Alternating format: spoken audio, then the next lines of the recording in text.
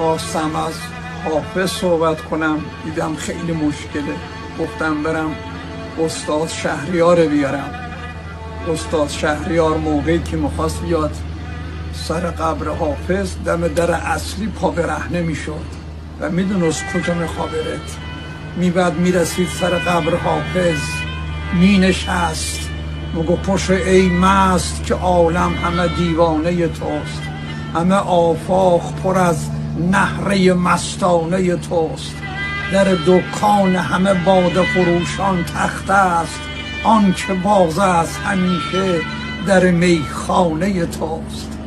ای زیارتگه رندان قلندر برخیز، توشه من همه در گوشه انبانه توست.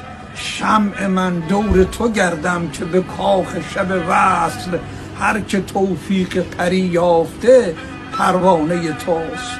ای گدای سر خوانت همه شاهان جهان، شهریار آمده دربان در خانه توست.